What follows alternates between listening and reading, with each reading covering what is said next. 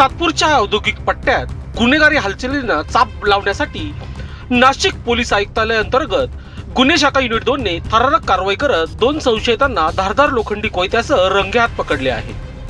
Carbon नाका Goldy company परिसरात रचलेल्या सापळ्यात ही कारवाई करण्यात पडली. गोपनीय माहितीच्या आधारे पथकाने तात्काळ हालचाल करत शिवमहाग्राम महामंडळ समोरील चहाच्या टपरीजवळ MIDC सातपूर येथे दबा धरला. संशयित युवक शस्त्रांसह फिरत असल्याची खात्री होताच पोलिसांनी झडप घालत दोघांनाही ताब्यात घेतले.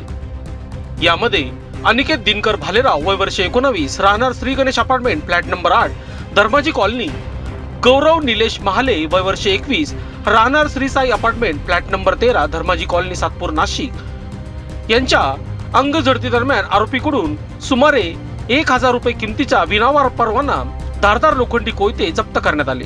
सार्वजनिक ठिकाणी घातक शस्त्र बाळगल्यामुळे गंभीर गुन्हा नोंद करण्यात आला असून पुढील तपास सुरू आहे. औद्योगिक भागात अशा प्रकारे शस्त्रासह वावरणाऱ्या संशयितामुळे कामगार व नागरिकांमध्ये भीतीचे वातावरण निर्माण होण्याची शक्यता होती. मात्र गुन्हे शाखेच्या तत्पर कारवाईमुळे संभाव्य अनर्थ टाळल्याचे मानले जात आहे.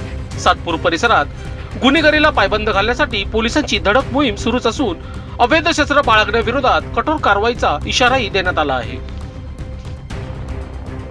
लोकशाही न्यूजसाठी बंटी आढाव, सातपूर.